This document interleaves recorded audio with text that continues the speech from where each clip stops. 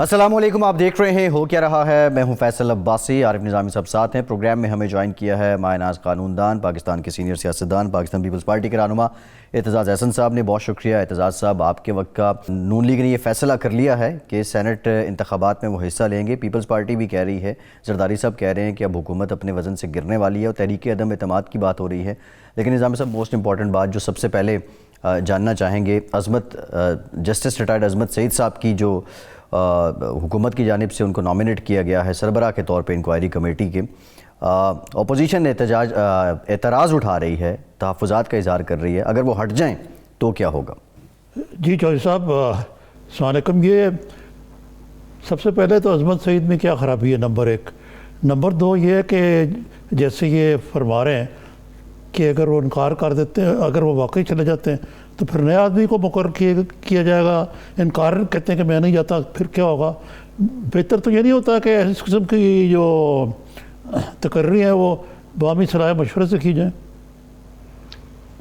बामी सलाह मशवरे से ज़रूर की जानी चाहिए। और मेरा ख्याल है शेख अज़मत सईद के साथ ज़रूर हुकूमत ने पूछा होगा, उनसे पहले दरियाफ्त किया होगा कि आपका नाम दें कि नहीं, और वो इस मामले में उन्होंने रजामंदी ज़रूर दी होगी। ये इतने लैप्सेस, ब्यूरोक्रेटिक लैप्सेस नहीं होते अब किसी हुकूमत नहीं, मेरा मतलब था कि हुकूमत और अपोजिशन के दरमियान, या अपोजिशन का तल्लुक़ नहीं कोई इसके साथ? नहीं, हुकूमत अगर अपोजिशन से कर लेती मशवरा तो वो और भी अच्छा था। वो तो बहुत अच्छा था अगर मुतफ़िका आ जाता इस इंक्वायरी का चेयरमैन। पर जो अपोजिशन और बिलखसूस नून लीग को, मुस्लिम लीग नून को जो एतराज़ात हैं अज़मत सईद पे, वो अज़मत सईद में कोई ख़ामी नहीं। आपने पूछा क्या ख़राबी है अज़मत सईद में। मेरी निगाह में कोई ख़राबी नहीं है ऐसी जो उसको डिस्क्वालीफाई करती हो। वो एक मेहनती और अच्छा जज रहा है। ज़रा आजकल जजेस बोलते ज़्यादा हैं, उनमें से था यकीनन Azmat Saeed, but he was a overall hard working and good जज। और उसमें कोई ऐसी, मेरे ख्याल में, मुझे तो मैं तो उस पर एतमाद कर लूँ अगर मैं नून लीग की जगह हूँ। बट नून के जो हैं एतराज़ात, वो अपनी तरफ जेन्युइन है। और justice is not only to be done, justice is to be seen to be done. और नून वालों ने 3 बुनियादी एतराज़ात दिए हैं जो कि मेरा ख्याल है, मैंने कल भी कहा कि उनकी वजह से इनको गुरेज करना चाहिए शेख अज़मत सईद को इस असाइनमेंट को लेने का। एक, उन्होंने कहा है कि वो शौकत खानम हस्पताल के बोर्ड ऑफ डायरेक्टर्स पे हैं। दूसरा, उन्होंने कहा है कि वो ऑथर थे, अमंग द 5 जजेस थे जिन्होंने पनामा का फ़ैसला किया। हालांकि अपने तय मैं समझता हूँ और कहता भी रहा हूँ, बहुत पहले से कह रहा हूँ, पहले दिन से कह रहा हूँ कि पनामा जो है उस पर नरमी की है सुप्रीम कोर्ट ने। क्योंकि पनामा तो, ये जो कहते हैं पनामा से अकामा निकल आया, अकामा तो बहुत संगीन ऑफेंस है। आरिफ साहब, आप प्राइम मिनिस्टर हों एक मुल्क के, या आप फॉरेन मिनिस्टर हों और एक दूसरे मुल्क की एक कंपनी के मुलाजिम भी हों, उनसे तनख्वाह लेते हो या ना लेते हो। प्राइम मिनिस्टर तो नवाज शरीफ तो नहीं तनख्वाह लेते थे, अपने बेटे की कंपनी में थे। लेकिन उनका फॉरेन मिनिस्टर, डिफेंस मिनिस्टर तो बड़ी भारी तनख्वाह ले रहा था, बड़ी भारी। जी हाँ, 40,000 दिरहम के करीब। अब ये जो डिवाइडेड लॉयल्टी हो जाती है ना, पर बहरहाल इसमें इस वक्त जाने की ज़रूरत नहीं है। ये मेरा व्यू पहले दिन से है कि अकामा बहुत ज़्यादा सीरियस, सही है रियासत से लॉयल्टी का और अपने हलफ का वाला जुर्म है।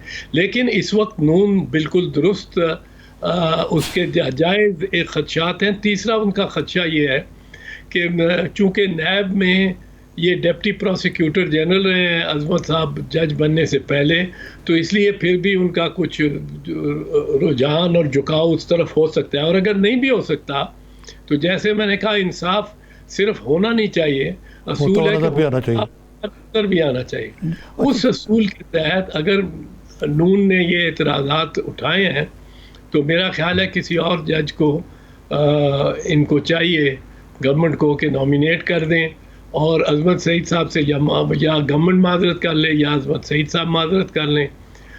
क्योंकि अपने तमाम तर बहुत सारे इख्तलाफात होने के मेरे नवाज शरीफ साहब से और मरियम बीबी की सियासत से, लेकिन मैं ये समझता हूँ कि ये उनका हक है और इसमें उनको उनकी दादरसी होनी चाहिए। अच्छा चौधरी साहब, ये मुझे एक बात बताएं, आप इतने सीनियर ज्यूरिस्ट हैं, ये पाकिस्तान में एक रवायत सी बन गई कि जज हज़रात जब रिटायर होते हैं तो उनको कोई ना कोई नौकरी ऑफ़र कर दी जाती है, हालांकि आप जो उनके टर्म्स ऑफ एम्प्लॉयमेंट है उसमें उनकी तनख्वाह जो है मैंने किसी ने मुझे बताया उनकी पेंशन जितनी ही और तनख्वाह बराबर होती है और बड़ी राहत होती है।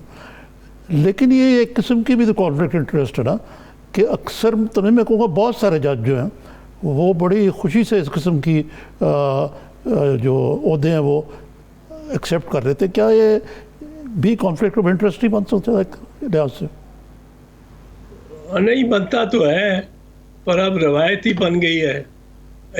इतने बड़े बड़े जजेस, एस आर रहमान साहब चीफ जस्टिस थे पाकिस्तान के, रिटायर हुए, वो लग गए थे अगरतला कमेटी वो ट्रायल पे ट्राइब्यूनल में।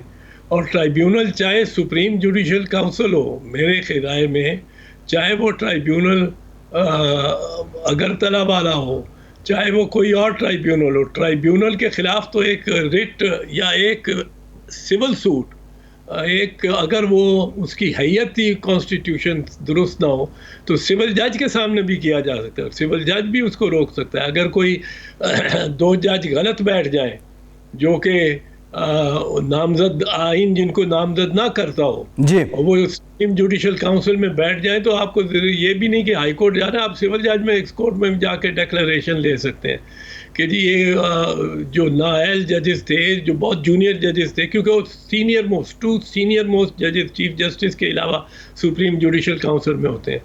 तो और एक दलेर कानून का पाबंद सिविल जज उसमें दादरसी भी कर सकता है मुद्दई की। लेकिन जब हम गए, ये इशू हमने उठाया आपस में, जब Iftikhar Mohammad Chaudhry chief justice of Pakistan की जानिब से मैंने दरख्वास्त दी सुप्रीम कोर्ट में सुप्रीम जुडिशल काउंसिल के ख़िलाफ़। सुप्रीम जुडिशल काउंसिल में वैसे तो वो एक लिहाज से वैलिडली कॉन्स्टिट्यूट थी, क्योंकि वो बहुत सारे जजेस जो थे वो सारे वही जजेस थे, दो सीनियर मोस्ट थे, चीफ जस्टिस था, senior most chief justice of the high courts थे, 5 जज थे। लेकिन हमें तस्सुब की उनमें से की बुनियाद पे हमने रिट दायर की। मैंने चीफ जस्टिस को कहा एक दिन का ये 8 पेशियां हो गई हैं, ये 3 जज तो हमारा नोट्स भी नहीं ले रहे। मैं चाहे 1935 की प्रीवी काउंसिल, चाहे 1883 ऑस्ट्रेलियन हाई कोर्ट की फैसला पेश करता हूँ तो वो ना पेज नंबर मांगते हैं ना नोट्स लेते हैं। जी, तो जी। ये तो मजबूरी से फैसला होना है। 5 में से 3 तो हमारे खिलाफ हैं, उन्होंने तो जजमेंट लिख रखी है पहले से, तब भी नोट्स नहीं लेते। तो और कैमरे में प्रोसीडिंग्स है, किसी और ने बाहर पहुँचाना नहीं। तो इस वजह से हम गए सुप्रीम कोर्ट के, कैमरे से तो निकले जी, जी। और ये डिबेट को हम ओपन पब्लिक में तो लेके जाएं। हालांकि मेरे बहुत सारे दोस्त साथी इसके खिलाफ थे, पर मैंने कहा जाएंगे और चीफ जस्टिस खुद पटिशनर बनेंगे। हालांकि चीफ जस्टिस ने कहा कि what I as a humble petitioner before my own court. मैंने कहा जी आपको करना पड़ेगा, जी, जी। ये तो करना पड़ेगा।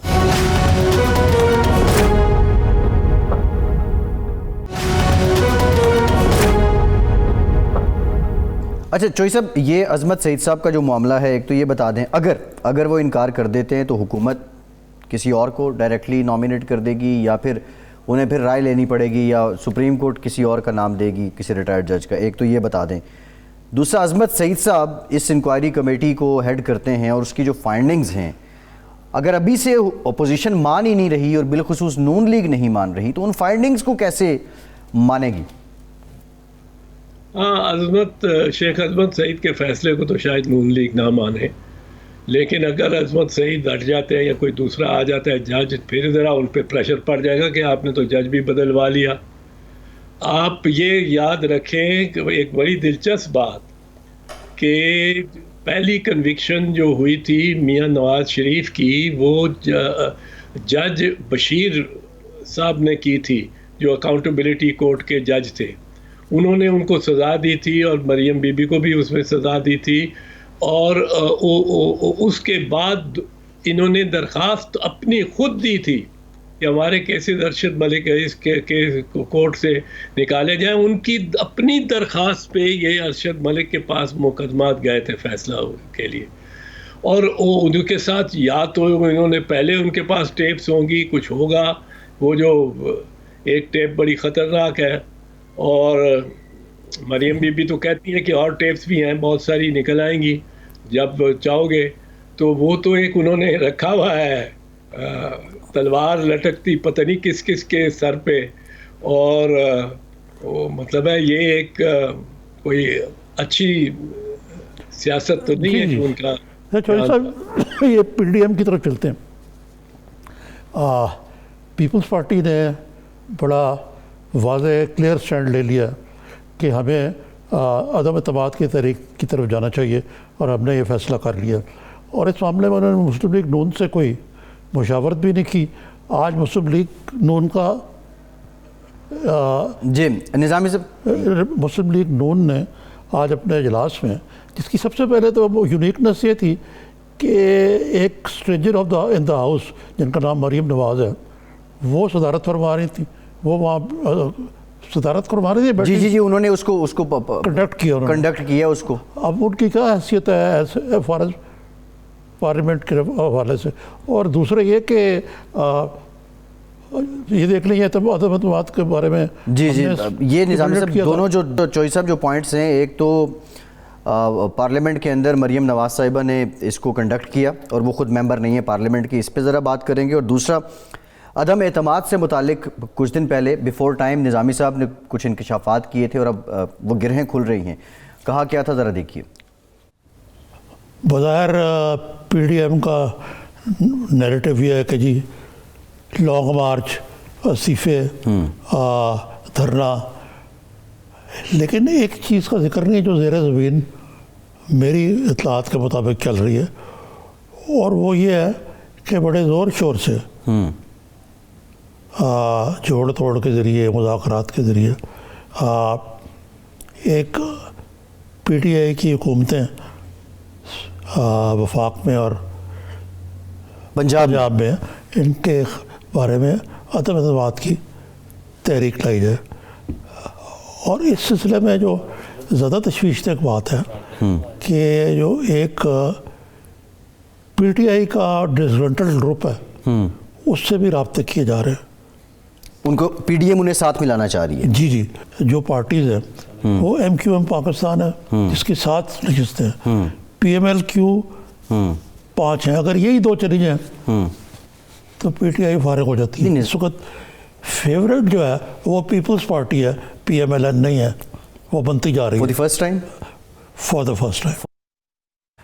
जी ये चौधरी साहब, ये आपको मेरा तो पुराना तजिया, आप तो इनसाइडर में बताइए क्या होने वाला।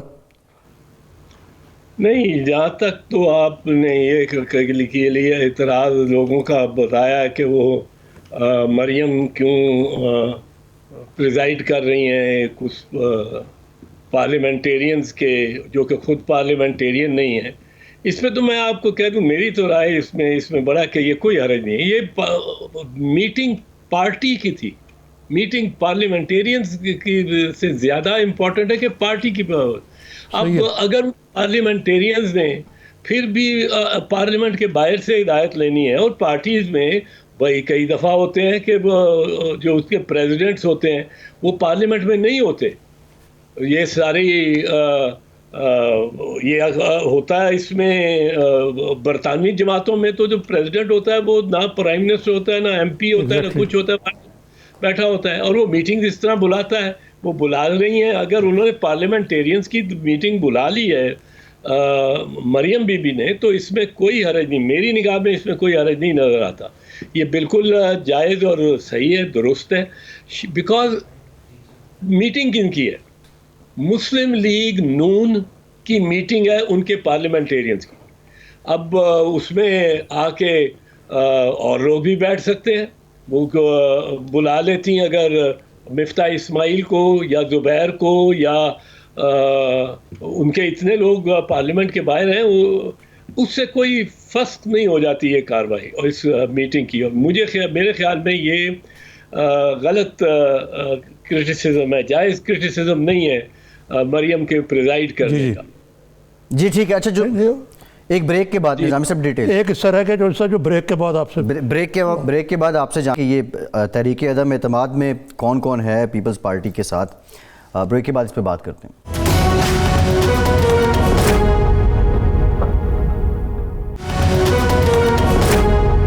ब्रेक के बाद एक बार फिर से प्रोग्राम में आपको खुशामदीद कहेंगे। एतजाज़ अहसन साहब हमारे साथ मौजूद हैं। एतजाज़ साहब, ब्रेक से पहले निज़ामी साहब ने बात की थी और 12 जनवरी को माफ़ कीजिएगा, इन्होंने एक इंकशाफ किया था कि पीडीएम तहरीक अदम एतमाद लाने की तैयारी कर रही है। बिलावल भुट्टो जरदारी साहब ने ऐलान कर दिया है। क्या दीगर जो जमातें हैं, मुस्लिम लीग नून है, इन सब से मुशावरत के बाद ये ऐलान किया गया है और इस ऐलान से पहले पीपल्स पार्टी का होमवर्क मुकम्मल है, नंबर्स पूरे कर लिए हैं उन्होंने? नंबर्स तो देखिए, हुकूमत के हवाले से हुकूमत के ही बहुत थोड़े हैं। 4 का मार्जिन था जिसमें मुंतखब हुए थे इमरान खान साहब। 172 चाहिए थे, 176 थे उनके पास। 172 से नीचे गिर जाए गिनती, अगर डेमोन्स्ट्रेट हो जाए तो उनकी हुकूमत को शिकस्त हो जाती है। तो एक फेयर कैलकुलेशन के तौर पे मेरा ख्याल है ये हो रहा है पीपल्स पार्टी की जानिब से ये फैसला। मैं इसका अमीन नहीं हूँ कि उन्होंने पहले कंसल्ट किया कि नहीं किया, पर एक चीज़ तो क्लियर है कि जैसे भी हुआ कंसल्टेशन, चाहे बाद पीपल्स पार्टी के फैसले के हुई, जो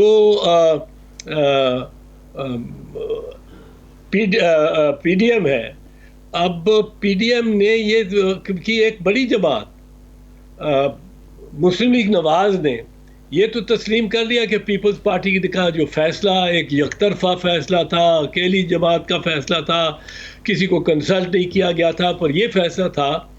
और ये रिक्वेस्ट थी पीडीएम से कि बाई इलेक्शन में और सेनेट की इलेक्शन में ज़रूर हिस्सा लें।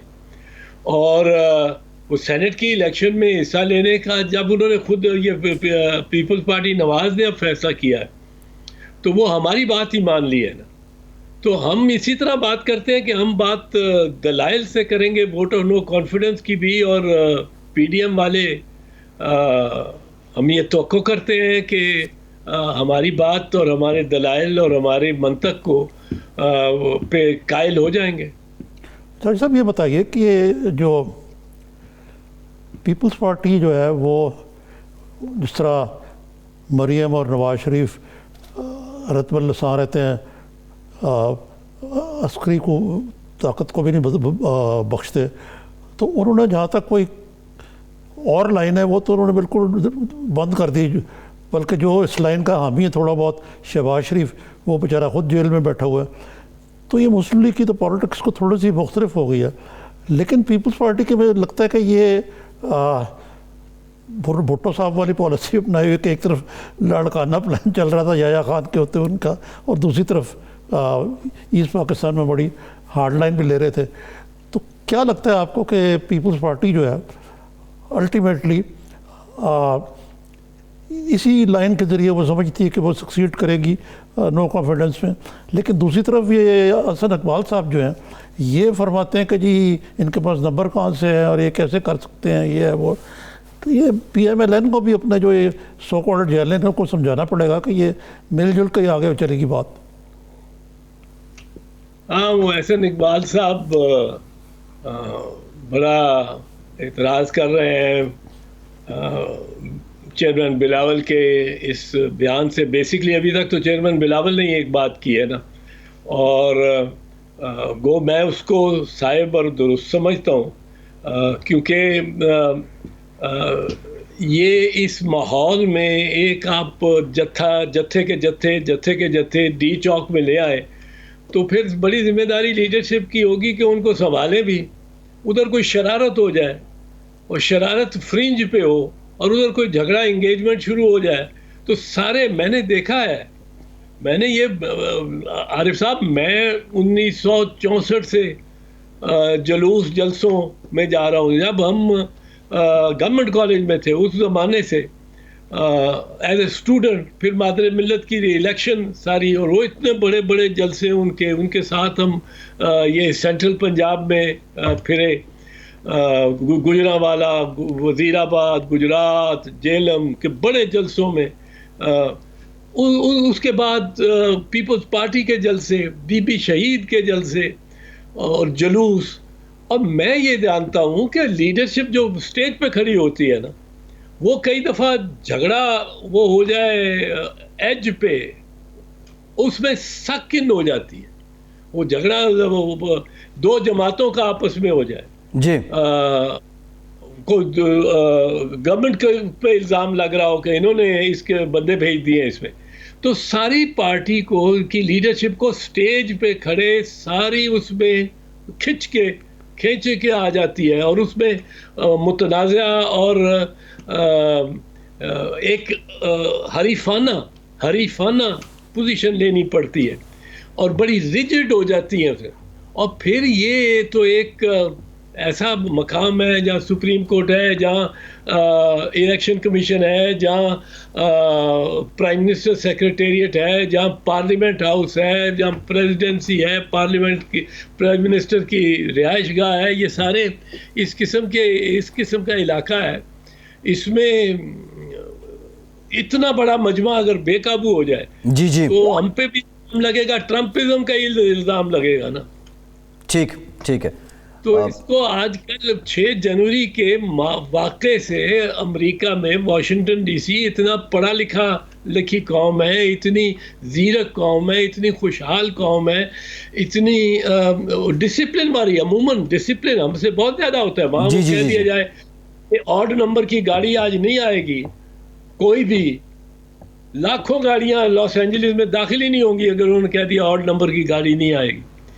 तो ये अमेरिका में फिर भी हमसे तो बहुत ज़्यादा डिसिप्लिन है, बहुत ज़्यादा, और उसमें भी हमला हो गया एक कैपिटल पे। तो हमें सोचना चाहिए, पीपल्स पार्टी लेकिन दरखास्त ही करेगी, अपनी राय ही देगी पीडीएम में, और पीडीएम जो फैसला करेगी, अल्लाह करे वो बेहतर और सही फैसला करे। ठीक है। मैं तो समझता हूँ कि इस वक्त हमें ज़रा एहतियाती करनी चाहिए। जी, एतजाज़ साहब, ये जो फ़ॉरेन फंडिंग का मामला है, इसके ज़रा सियासी पहलू से अलहदा हो के, जो उसके तो अपने हैं, ज़ाहिर है कोई एक दिन आगे होता है, कोई पीछे होता है। जो कानूनी बात है ये बता दें, ये जो अभी पीटीआई के ख़िलाफ़ स्क्रूटनी कमेटी तहकीकात कर रही है, फिर जो फर्दर प्रोसीडिंग्स होंगी, ये किस कानून के तहत होंगी? क्या जो पॉलिटिकल पार्टीज़ ऑर्डर 2002 है उसके तहत होंगी, या इलेक्शन कमीशन एक्ट जो है, इलेक्शन एक्ट 2017 है उसके तहत होंगी? और इसके सर्कमस्टांसेस क्या हो सकते हैं? इसमें से कुछ निकलेगा? जो अपोजिशन इतना वावेला कर रही है, इनकी मंशा के मुताबिक ही आपको लगता है कोई फैसला आ सकता है? इसमें फैसला जो क्लियर बात है, जो कानून तो वाज़े है, कानून वाज़े है। इसमें असल बात यह है कि वो जो मरियम बीबी फरमाती हैं और मौलाना साहब फरमाते हैं कि ये डिज़ोल्व हो जाएगी पार्टी, और ये और एक एक्सपर्ट लॉ के भी इन चैनल्स पे ये व्यू देते रहे कि 200 पाउंड पकड़े जाएं, 600 पाउंड पकड़े जाएं कि कंट्रीब्यूट कर दिया इंडिया ने या इजराइल ने या इजराइल के किसी बंदे ने, इजरायली ने, तो वो पार्टी सारी जो है पीटीआई या कोई भी जमात वो डिज़ोल्व हो जाएगी। अब इस तरह नहीं है। पार्टीज के बारे में एक बुनियाद से शुरू करना चाहिए। बुनियाद ये है कि आर्टिकल 17 आइन का एक पार्टी बनाने को एक बुनियादी हक देता है, बुनियादी हक है, और इसमें 2 फैसले बुनियादी है सुप्रीम कोर्ट के। एक फैसला है मियां नवाज खैर बीबी शहीद का 1988 में, जब सिंबल की बात थी और नॉन पार्टी इलेक्शन को हमने चैलेंज किया था सुप्रीम कोर्ट ने। मैं गया था उस समय सुप्रीम कोर्ट में, याया बख्तियार साहब लीड काउंसिल थे हमारे। दूसरा है मियां नवाज शरीफ का मुकदमा 1993। ये कहते हैं कि ये एक फंडामेंटल राइट है। अब उसको डिसॉल्व किस तरह किया जा सकता है? वो आइन खुद कहता है, वो डिसोल्यूशन उसकी आइन के तहत हुकूमत की रेफरेंस पे सिर्फ और सिर्फ सुप्रीम कोर्ट कर सकता है। अब अगर हुकूमत नहीं करती रेफरेंस कोई और जाता है तो वो किस्मत आजमाएगा, और हो सकता है सुप्रीम कोर्ट, मैं समझता हूँ सुप्रीम कोर्ट उसको भी, अगर बहुत सीरियस इल्ज़ामात हों और कोई पार्टी लीडर हो, कोई पार्टी लीडर के तौर पे गया हो, जिस तरह एक पटिशनर की प्रोफाइल होनी चाहिए, वो अगर नवाज शरीफ जाएंगे तो मेरा ख्याल है it will be a high profile case, वरना वो भी अब लगेगा वक्त उस पर कुछ जी सुने जी जाने में। जी जी ठीक अब है। एक तो ये है डिसोल्यूशन इस तरह नहीं होती कि आपने 100 200 400 पाउंड दे दिए, इस तरह तो मोदी हर पार्टी को वो करवा ले, डिसॉल्व Disqualify। करवा ले। वो अपना मतलब किसी बंदों को क्या है जो खासकर मुसलमान हो लेकिन वो इंडियन हो और वो बैठे लंदन में हो, वो उनको कहे आप ये $10,000 पहुंचाओ पीपल्स पार्टी के बैंक अकाउंट में, इलेक्ट्रॉनिक ट्रांसफर कराओ। मुस्लिम लीग नवाज में तो शायद ना करें, उनके ज़रा ज़ाती ताल्लुकात हैं बड़े अच्छे, पर वो भी उड़ा दे। ये तो बड़ा आसान काम हो जाएगा जो मुल्क के मतलब खिलाफ है कि वो पार्टियों को ही उड़ा दें, डिसॉल्व कर दें। इस पे रिसेंटली इस पे खैर पहले बेनज़ीर भुट्टो बीबी शहीद का ही फैसला है 1988 में, और अभी 2018 में वो हनीफ अब्बासी के केस में सुप्रीम कोर्ट ने बड़ा वादे तौर पे कहा है कि इस तरह उन्होंने कहा है कि एक तो है added by the foreign entity. Added का मतलब है कि वो इसमें कॉन्स्पिरेसी भी कर रहे हैं, वो आपको पैसा भी दे रहे हैं और आपसे कुछ करवा भी रहे हैं, उनका अपना एजेंडा एडवांस कर रहे हैं, वो कोई मसलक अपना एडवांस कर रहे हैं। दूसरा है फंडेड पार्टीज में एक है प्रोहिबिटेड फंडिंग है कि कोई अगर गैर मुल्की शहरी दे देता है पैसे तो वो पैसे वो हिस्सा पार्टी से वो जब्त कर सकती है इलेक्शन कमीशन। डिसॉल्व नहीं होती ना, इलेक्शन कमीशन को इख्तियार है करने का, वो हिस्सा जब्त कर सकती है। और तीसरा ये है कि फॉरेनर जिसके पास नाइकॉप है या पाकिस्तान का शहरी, ये दे सकता है फंड्स पार्टी को। तो ज़्यादा से ज़्यादा ये होगा कि वो जो हिस्सा वो पैसे डिडक्ट कर लिए जाएंगे, जब्त हो जाएंगे ज़्यादा से ज़्यादा, आप ये कह रहे हैं। ठीक, बहुत शुक्रिया चौधरी एतजाज़ हसन साहब, आपके वक्त आप हमारे साथ मौजूद थे। एक ब्रेक के बाद जो तवानाई के मसाइल हैं, बिजली की कीमतों में इजाफे का हुकूमती फ़ैसला, और ये क्यों हुआ, इसकी नौबत क्यों आई। ब्रेक के बाद वज़ीर-ए-आज़म के मुआवन ख़ुसूसी बराए तवानाई ताबिश गौहर साहब हमें ज्वाइन करेंगे, उनसे गुफ्तगू करते हैं। हमारे साथ रहिए।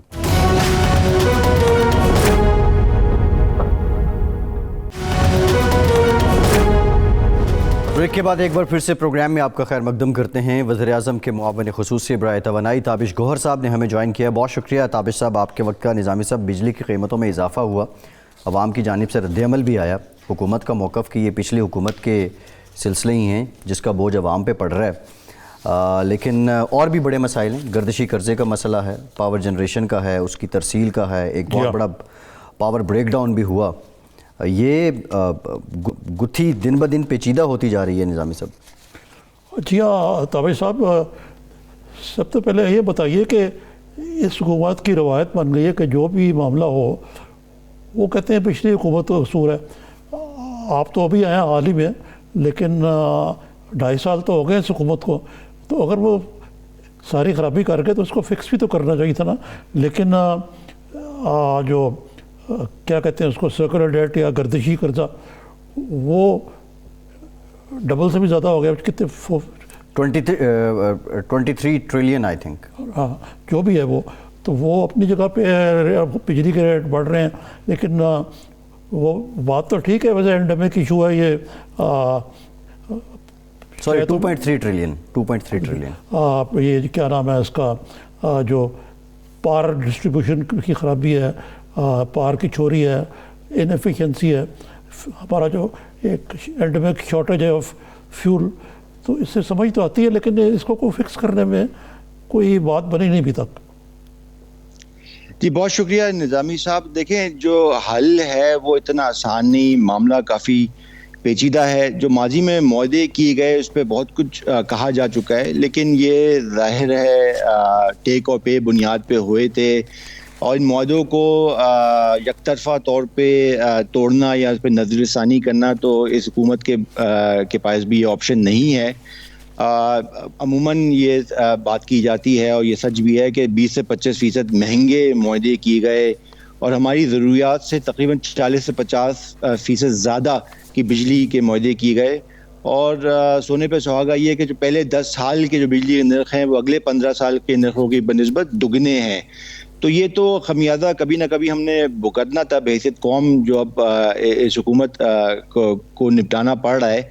इसी सिलसिले में कोशिश तो बहुत की जा रही है कि किस तरह बिजली के नर्खों में कमी लाई जाए। जैसे आपको मालूम है जो पिछले के जो तकरीबन 50 के लगभग IPPs के मुआहदे हुए थे उस पर नज़रसानी की गई है, उनको बुलाया गया है और उनसे तकरीबन 836 अरब रुपए की रियायत ली गई है अगले 20 सालों में। इसी के साथ साथ हुकूमत के जो अपने प्लांट्स हैं, चाहे वो न्यूक्लियर प्लांट्स हों, LNG पे चलने वाले हों या थर्मल प्लांट्स हों, तकरीबन 8000 मेगावाट के लगभग, उस पर भी हुकूमत ने ये फैसला किया है कि अपने जो रिटर्न है उसको कम किया है। 30 से 70% कमी लाई जा रही है। नेपरा में पिटिशन फाइल कर दी गई है और जो बिजली के नर्ख उस हवाले से कम होंगे तकरीबन 1 से 2 रुपए के लगभग, उसका भी जो मस्बत असर है वो इंशाल्लाह बिजली के नर्खों में आइंदा चंद सालों में आपको नज़र आएगा। इसके बावजूद कि हमने जो बिजली के नर्ख बढ़ाए, 2 साल से बुनियादी टैरिफ है वो मुंजमद था। उस 2-3 साल पहले रुपए की कीमत 130 थी, अब 160 हो गई है। उस वक्त गैस की कीमत तकरीबन 500 रुपये फ़ी यूनिट होती थी, अब 1000 हो गई है। और सबसे बड़ी बात, तकरीबन 250 अरब रुपए का कैपेसिटी चार्ज निज़ाम के अंदर आया है, जिसको हमने हर सूरत में लाजमन अदा करना है। तो या तो फिर बिजली के नर्ख बढ़ाए जाएं जो कि कम से कम बढ़ाए गए, या गर्दिशी कर्जे में इजाफा हो, वो भी एक अच्छी बात नहीं, क्योंकि वो एक कर्जा होता है और उस पर सूद चढ़ता है और वो भी बिला वास्ता अवाम ही उसकी अदायगी कर रही होती है। तो कोई मुश्किल फैसले ही करने पड़ते हैं, आसान हल है नहीं इसका। अच्छा ताबिर साहब, ये बताइए कि कहीं मैंने पढ़ा कि अब आपकी जो वजारत है इसमें ये जो बिजली का सेक्टर है इसमें असद उमर शायद कोई बिल्कुल ओवरसीइंग रोड में उमर तो मिनिस्टर हैं, नदीम शाह बाबर साहब हैं, आप भी आए हैं, मुबारक हो। और हमाद अजहर साहब जाकर आए हैं, ये जाकर आए हैं वापस। हाँ, एक तो ये भी बता दें कि आप गए क्यों तो और वापस क्यों आए। इसीलिए क्योंकि मुझे लगता है कि एक मसला ये है कि थोड़ा सा लॉग जैम्स है, where too many cook spoil the broth. तो इसमें कोई इतने लोगों को क्यों रखा हुआ है? कोई रॉकेट साइंस तो है नहीं है। देखिए, जहाँ तक असद उमर की आपने बात की, वो हमारी कैबिनेट कमेटी ऑफ एनर्जी है, उसको चेयर करते हैं। वो एक कैबिनेट का ज़ैली इदारा कमेटी है, उसमें उनकी बहुत इनपुट होती है, तो उनका तो बहुत एक कलीदी किरदार है। नदीम बाबर साहब पेट्रोलियम को देखते हैं, मैं पावर को देखता हूँ, तो हमने ये रोल आपस में बांटा हुआ है। मेरे जाने की वजह आरिफ साहब बिल्कुल ज़ाती थी, लेकिन वज़ीर-ए-आज़म साहब ने मुझे कायल किया कि मैं वापस आऊँ। ये सब मैं यकीन से आपको कह सकता हूँ कि हम लोगों का आने का मकसद बहुत ही ये है कि हाथ बटाएं, ये कौमी फरीदा समझ के हम ये काम कर रहे हैं। एजाज़ी तौर पे मैं यहाँ पे तैनात हुआ हूँ और मुझे उम्मीद है कि इंशाल्लाह जो मुश्किल हम फैसले कर रहे हैं उसके समरात नज़र आएंगी। जैसे मैं एक छोटी सी आपको मिसाल देता हूँ, बल्कि है तो बहुत बड़ी मिसाल, लेकिन 10 साल से ये बात हो रही थी कि जो ये कैप्टिव पावर यूनिट्स हैं उसकी गैस काट के उनको वापस निज़ाम के अंदर लाया जाए। उससे यकीनन बिजली की कीमत में भी कमी आएगी और गर्दिशी कर्जों में भी कमी आएगी। ये तकरीबन 1000 के करीब यूनिट्स हैं जो कम एफिशिएंसी पे गैस को इस्तेमाल कर रहे हैं, अपनी बिजली बना रहे हैं। उसको हमने ये फैसला किया है कि हम वापस निज़ाम के अंदर लेके आएँ। तो ये इस तरह के बड़े मुश्किल फ़ैसले हैं जो 10 साल से चले हुए थे और ये हुकूमत में करने की कोशिश कर रही है, जिसका मज़बूत असर इंशाल्लाह आपको नज़र आएगा आगे। अच्छा, ये बताइए कि ये तो सारी बातें ठीक हैं, लेकिन मसलन ये 3 IPPs ने खुद ही शायद टैरिफ में रद्द-बदल कर दिया है, काम किया है। जी जी, ये निज़ामी साहब कुछ तो आईपीपी जो हैं वो इनकी बात से एग्री नहीं कर रहे, कोई 13 के हाँ, करीब वो हैं। मुझे मालूम है। जी, अच्छा, जी। ये इसके साथ मुझे एक मैंने पढ़ा, ये ओरिएंट पावर, ये नदीम बाबर साहब की कंपनी नहीं है? मेरे ख्याल में उनका कभी हिस्सा होता था, लेकिन जब हम उन ओरिएंट पावर से डील करते हैं तो हम उनसे ऐसे ही डील करते हैं जैसे कि तमाम 50 आईपीपीज के साथ हम मुज़ाकरात कर रहे हैं। कोई फ़र्क नहीं है हमारे लिए। बेसिकली कॉन्फ्लिक्ट ऑफ इंटरेस्ट नहीं आता सर इसमें? नदीम साहब इसमें इन्वॉल्व नहीं है। इस मुज़ाकरात में मैं इन्वॉल्व हूँ, एक कमेटी है और पावर डिवीज़न है।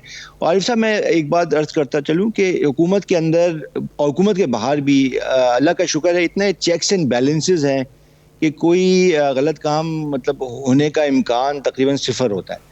तो जो भी होगा सबके साथ यकसा सलूक जी, होगा जी। और यकसा सलूक ही कर रहे हैं हम लोग। अच्छा ताबिश साहब, ये तो बात आपकी ठीक है कि आप पूरी कोशिश कर रहे हैं, लेकिन ये जो आपने कहा कि गुज़श्ता हुकूमतों में कसूर है, प्लानिंग का भी कसूर है, मौजूदा हुकूमत की भी ज़ाहिर है कोई फॉल्ट्स होंगी, लेकिन उसमें से एक जो बड़ी फॉल्ट मुझे नज़र आई है वो है कि ये LNG जो है, हमारा क्रंच टाइम तो सर्दियों में आता है ना, और LNG कहते हैं ना, लिक्विड हाइड्रोजन, जी, जी। वो आपके 2 जहाज़ जो है वो यूएई ने रेनेक्ट कर दिए, और अब आपको बहुत महंगे दामों खरीदनी भी पड़ेगी LNG, और उसके अलावा एक जो शॉर्टेज होगी। अब आप बिजली घर जो हैं वो बंद कर रहे हैं जिनको गैस फ्राहम नहीं कर सके थे आप, और 900 सनतों को ये इफ़ेक्ट होगा। डोमेस्टिक ने तो छोड़ ही दी हुई है अब गैस जो है करना। तो ये सूरत हाल में जो ये लैक ऑफ प्लानिंग है या वक्त, इसके लिए कोई आपने कहा ना चेक्स एंड बैलेंसेस है, तो क्या चेक्स हैं ऐसे ब्यूरोक्रेट्स पे या सियासतदानों पे या वज़ीरों पे उसको ठीक करें? जी सर। देखिए जी, जहाँ तक LNG का ताल्लुक़ है, जो कि मेरा बराह रास्त से ताल्लुक़ नहीं, लेकिन अगर मैं अदाद शुमार देखूँ दिसंबर के महीने और जनवरी के महीने में या नवंबर के महीने में जो LNG जितनी आई और जिस दाम पे आई, और अगर हम उसका मुकाबला करें 2019 का और 2018, तो शायद आपको हैरानी हो सुन के कि दाम गिरे हैं, डॉलर पर मिलियन BTU के हिसाब से दाम गिरे हैं। और इस दफ़ा शायद अगर इंसाफ से काम लिया जाए तो गैस की किल्लत इतनी नहीं थी जितनी कि पिछले सालों में रही है। तो ज़्यादा गैस भी मंगवाई गई और निस्बतन सस्ती भी मंगवाई गई। कुछ एक कार्गो होते हैं जो महंगे पड़ जाते हैं स्पॉट की बुनियाद पे, कुछ एक आध कैंसिल भी हो गए, अखबारात में भी आया, लेकिन मजमूई तौर पे गैस पावर सेक्टर को मिली है।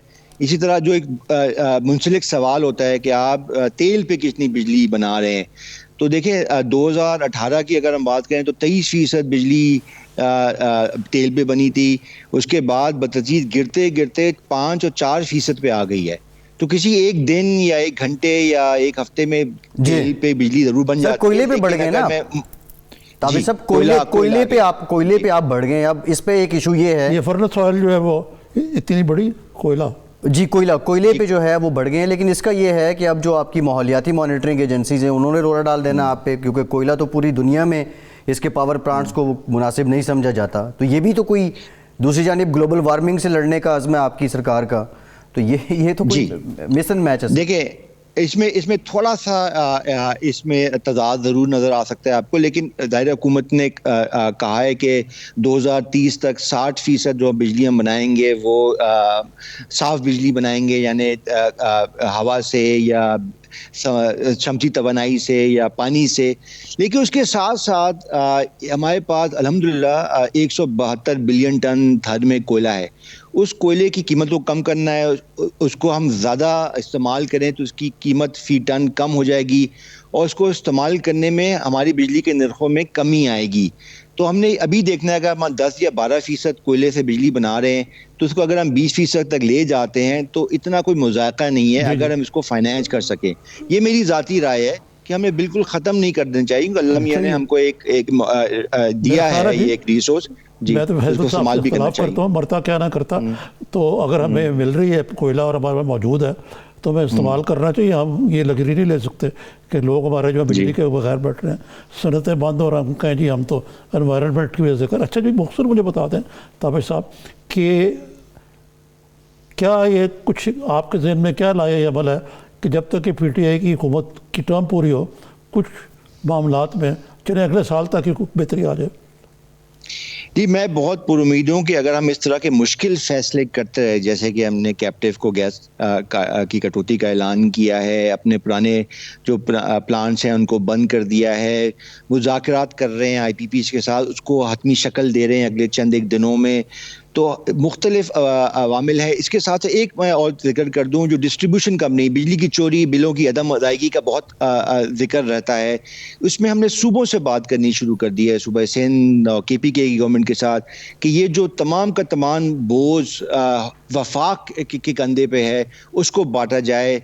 प्राइवेटाइजेशन की तरफ भी हम जा रहे हैं, मैनेजमेंट कॉन्ट्रैक्ट की बात भी करनी शुरू कर दी है। तो अगले 2-3 सालों में वहाँ पे जो 150 से 200 रुपए का खसारा है हमको, उसमें भी इंशाल्लाह कमी आएगी, जिसका बराह रास्त असर बिजली के नरखों पे पड़ेगा, क्योंकि अभी एक अच्छा सारिफ जो है वो भी एक बुरे सारिफ का बोझ उठा रहा है। तो वो जब बोझ कम होगा तो बिजली के नर्ख भी कम होंगे। तो मैं उम्मीद कर रहा हूँ और मुझे हमारा इरादा भी है कि अगले 2 से 3 सालों में बिजली के शोबे में ये गर्दिशी कर्जे का बोझ भी कम होगा, बिलों की के नरखों में भी कमी आएगी और ये निज़ाम मुस्तहकम हो जाएगा इंशाल्लाह। जी, तो ये गर्दिशी कर्जे कब तक आपको उम्मीद है कि आप इनको ज़ीरो पे ले आएंगे? नहीं, ये दावा मैं नहीं करूंगा अरे भाई, लेकिन जो बहाव है, गर्दिशी कर्जे का बहाव है, जो इजाफा है, वो हम पूरी कोशिश कर रहे हैं कि जल्द अज जल्द उसको कम से कम लाया जाए। बहुत शुक्रिया ताबिश गौहर साहब, मुआवन खुसराए तवानाई वज़ीर-ए-आज़म के हमारे साथ मौजूद थे। निज़ामी साहब आपका भी शुक्रिया। आज के प्रोग्राम से इतना ही।